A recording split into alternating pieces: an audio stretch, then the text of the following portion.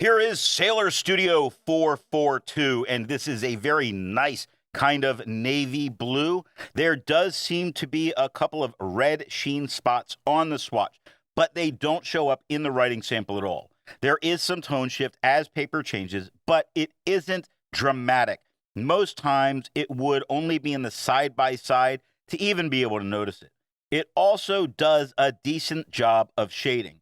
On non-fountain pen friendly paper, this is very well behaved with no issues of feathering, no aggressive penetration of the ink into the paper, so a really good ink for student note takers. Now, I've enjoyed this, and I use enough blue inks that I would easily use up a bottle, so yes, I would like a bottle of it. The pen for today is a Pilot E95S, or Pilot Elite. Now that we know my opinion on this ink, let's see how I got there by looking at the first writing sample done on Clairfontaine. Here we get a nice, vivid, not too bold of a blue on the page. Sometimes when people look at blues and they think of something where it's really bold and stand out, that can be great, but here it gets to step that back just a little bit. It has no feather, has no spread. It shows shading very well. You don't even have to go out of your way to find it. Just about every word has it. Some less than others. I mean, much more obvious here than, say, down here. Looking at the back of the page, we get no bleeding and no ghosting. Sailor makes more than one ink, so let's take a look at a few other inks from Sailor. Here is Sailor Mother Pink. Here is Sailor Kinmokusai. Here is Sailor Studio 831. Here is Sailor Studio 670. The second writing sample is done in a Portage Reporter notebook. Here the tone is only ever so slightly lighter than it is on the Clairfontaine. Again, it's the side-by-side where you get to see that. It doesn't feather, doesn't spread, does shade, but nowhere near as often or as nice as it did on the Clairfontaine. Like we can see Technique here has a very dark E at the end, but if you really look at Technique, you can see that the TEC is a nice midtone. The H gets ever so slightly darker.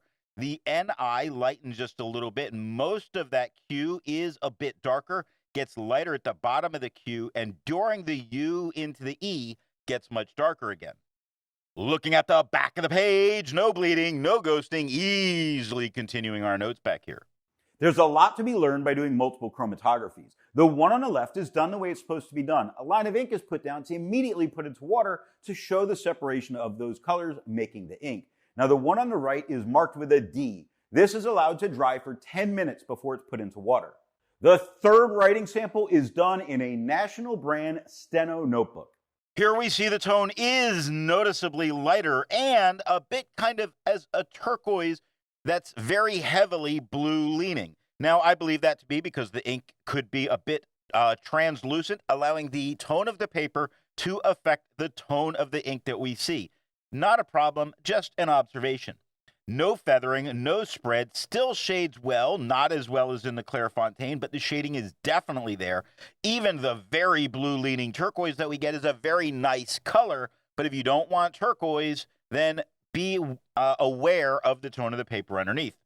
Looking at the back of the page, no bleeding and no ghosting. Resistance tests are done to see how well this ink can be expected to perform on the page, and more importantly, how hard it may be to clean from your pen. Now, the smear is allowed to dry for 3 days before testing it. In the upper left, you can see where there is highlighter. In the upper right, that is pen flush. The lower left has a 1/3 bleach solution, and the lower right has plain old water. The next writing sample is done in a Rhodia notebook. Here we can see that the tone is just a little bit lighter than it is in the Clairfontaine or on the Clairfontaine. Suppose it's not inside it. It doesn't feather, doesn't spread, does shade just as well as it does on the Clairfontaine. And most importantly, it stands out against the quad rule with no problems at all, allowing that quad rule to disappear into the background after you've done your writing.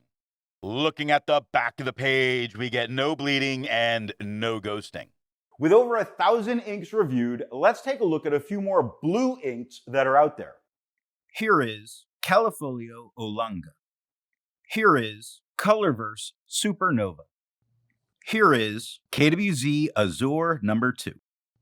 Here is Organic Studios Blue Crab. All of the inks that you just saw have a review here on the channel. Now, the next writing sample is done in a composition lab notebook.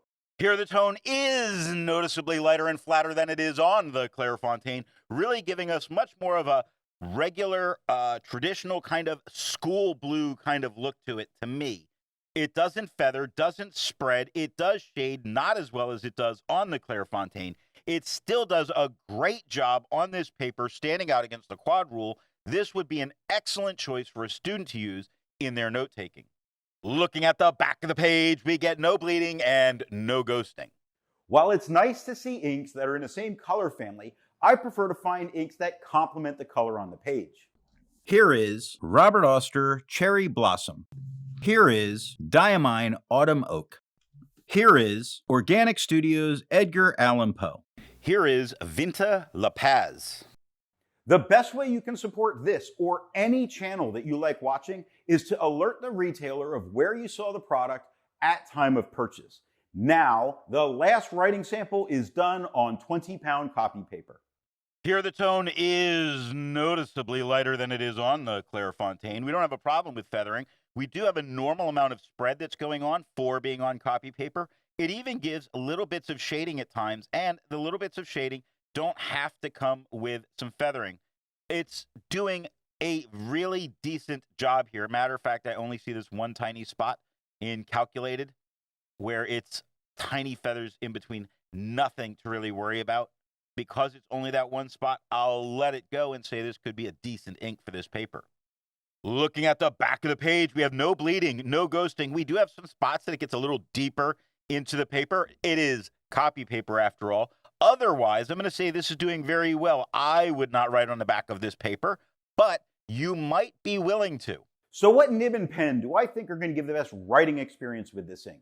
The medium flow, medium nib of the Pilot E95S gives a nice medium tone navy blue. I'm keeping it in navy. That's a bit lighter than many navies are, some with some decent shading. Now, off camera, I tried this in a wet fine, and the tone noticeably darkened and still shaded well. And that's where I really come to the whole navy thing when I was using it off camera in a wet fine. Even though I enjoy it from the wet pens, the darker tone from the wet pen I thought was much nicer and even more a navy blue. So I go for a wet pen in a medium or broad myself.